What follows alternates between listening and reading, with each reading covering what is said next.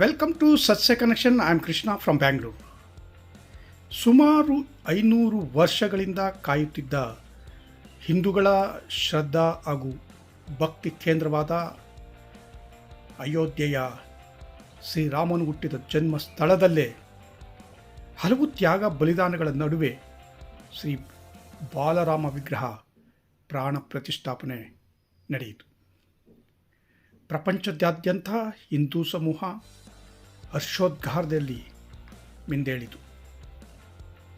ಬೆಂಗಳೂರಿನ ಹಲವು ದೇವಸ್ಥಾನಗಳಲ್ಲಿ ಹೋಮ, ಹವನ, ಭಜನೆ, ಪೂಜೆ ನೆರವೇರಿಸುವುದಕ್ಕೆ ಭಕ್ತರಿಗೆ ತೀರ್ಥ ಪ್ರಸಾದ ನೀಡಲಾಯಿತು. ಶ್ರೀರಾಮ ಭಕ್ತರು ಭಕ್ತಿ ಭಾವದಲ್ಲಿ ಮಿಂದೆದ್ದರು. ಜೈ ಶ್ರೀರಾಮ್ ಘೋಷಣೆ ಇಡೀ ದಿನ ಮುಗಿಲು ಮುಟ್ಟಿತು. ಭಕ್ತರು ಶ್ರೀರಾಮ ಪರವಶರಾದರು. ಅವರ ಹರ್ಷೋದ್ಗಾರ ಎಲ್ಲೆ ಮೀರಿತು. ಎಲ್ಲಿ ನೋಡಿದರೂ ಕೇಸರಿ ಧ್ವಜಗಳ ಸರಮಾಲೆ. ಶ್ರೀ ಬಾಲರಾಮನನ್ನು ಕಂಡ ಭಕ್ತರು ಏನೋ ಒಂದು ರೀತಿ ಭಗವಂತನನ್ನು ನೋಡಿ ಧನ್ಯರಾದೆವು ಎನ್ನುವ ಭಾವ ಕಾಣುತ್ತಿತ್ತು. ಅಯೋಧ್ಯೆಗೆ ಹೋಗಿ ಶ್ರೀ ಬಾಲರಾಮನ ಕಂಡು ತಮ್ಮ ಭಕ್ತಿ ಭಾವವನ್ನು ತೋರುವ ತವಕ ಅವರ ಮುಖದಲ್ಲಿ ಎದ್ದು ಕಾಣುತ್ತಿತ್ತು.